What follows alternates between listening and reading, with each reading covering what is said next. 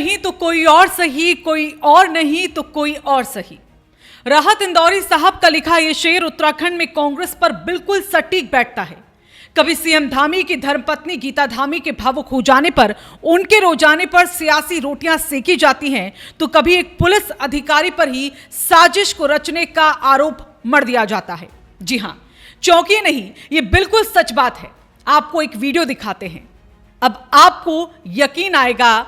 ये सुनिए जरा वीडियो। राजीव स्वरूप जो पुलिस का एक अधिकारी है, ये सब उसकी करतूतें हैं और उसकी करतूतें उसके सामने आएंगी।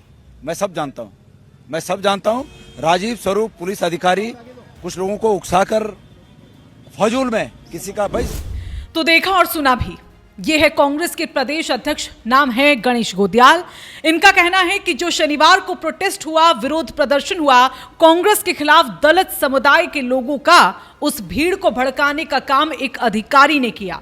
और ये कोई छोटे मोटे अधिकारी नहीं साहब, ये आरोप लगा रहे हैं राजीव स्वरूप पर, जिन पर एक पूरे गढ़वाल रेंज की जिम्मेदारी है। आईजी का ओहदा रखते हैं और खुद दलित तबके से आते हैं।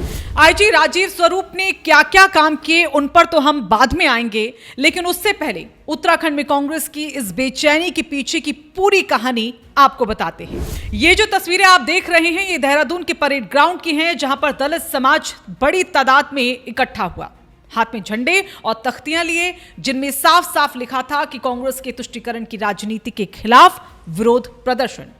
दरअसल प्रोटेस्ट कर रहे दलितों का कहना था कि लंबे समय तक, चाहे वो केंद्र हो या फिर राज्य, कांग्रेस ने हमेशा उनके वर्ग के साथ तुष्टीकरण की राजनीति की है, उन्हें अपने वोट बैंक का मोहरा बनाया है।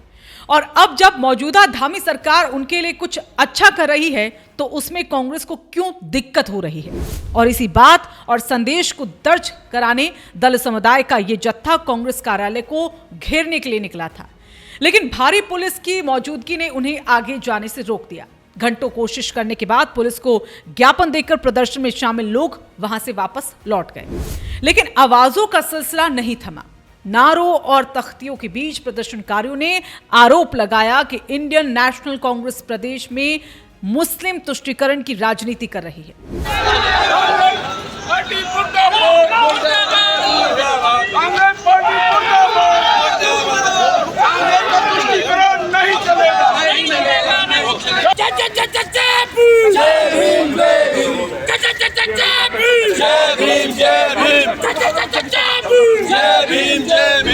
उन्होंने इसे सामाजिक संतुलन के खिलाफ बताते हुए खुलकर विरोध दर्ज कराया और प्रदेश की शांतिपूर्ण माहौल को बनाए रखने की मांग भी की। एजेंडे में पिछड़े और दलित वर्ग की अनदेखी का मुद्दा भी जोर शोर से उठाया गया। प्रदर्शनकारियों ने कहा कि इन वर्गों के हितों पर स्पष्ट जवाब मिलना चाहिए। संविधान निर्माता बीआर अंबेडकर के सिद्धांतों के संरक्षण की बात करते हुए उन्होंने मुख्यमंत्री पुष्कर सिंह धामी का समर्थन किया। उनका कहना था कि प्रदेश में सामाजिक न्याय को सुदृढ़ करने वाले कदमों के लिए मुख्यमंत्री को निशाना बनाना उचित नहीं। प्रदर्शनकारियों ने मुख्यमंत्री द्वारा लागू नीतियों को सामाजिक सशक्तिकरण की दिशा में महत्वपूर्ण बताया। वहीं कांग्रेस के मुख्यमंत्री विरोधी यात्रा को उन्होंने दलित और पिछड़ा वर्ग विरोधी मानसिकता का प्रतीक करार दिया। बहरहाल, इस पूरे विवाद में गढ़वाल रेंज के आईजी राजीव स्वरूप को लेकर की गई टिप्पणी भी चर्चा का केंद्र बनी हुई है।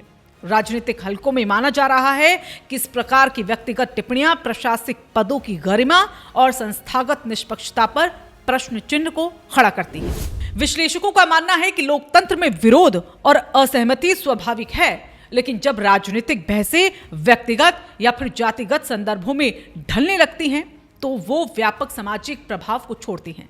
फिलहाल ये मामला केवल एक आरोप प्रत्यारोप तक सीमित नहीं दिख रहा, बल्कि ये राजनीतिक संवाद की दिशा और स्तर पर भी सवालों को खड़ा कर रहा है। तो राजीव स्वरूप कौन है, उनके बारे में हम आपको बता देते हैं। 2006 बैच के आईपीएस अधिकारी हैं। उनकी गिनती तेज तर्रार पुलिस अधिकारियों में होती है। शीतकालीन चारधाम यात्रा और राष्ट्रीय खेलों जैसे महत्वपूर्ण कार्यों को उन्होंने प्राथमिकता दी। नशीली दवाओं की तस्करी और साथ ही यातायात नियमों के उल्लंघन मामलों पर उन्होंने सख्ती भी दिखाई है। लेकिन जिस तरह का बयान उनको लेकर दिया गया है कांग्रेस के अध्यक्ष के जरिए, वो कहीं ना कहीं कई तरह के सवालों को खड़ा करता है। अब आप बताइए कि गणेश गोदियाल के जरिए जो कहा गया है राजीव स्वरूप को लेकर, उससे आप क्या सहमत हैं? क्या ये कहीं ना कहीं देखा जाए बयानबाजी जो चल रही है, जिस तरह से लगातार कांग्रेस की तरफ से कभी किसी को जिम्मेदार ठहराया जा रहा है, कभी किसी को जिम्मेदार ठहराया जा रहा है, तो इस पर आपका क्या कुछ कहना है? कमेंट करके इस पे बताइएगा। इस वीडियो को लाइक करें, इस वीडियो को ज्यादा से ज्यादा शेयर करें और राय शुमारी को सब्सक्राइब करें।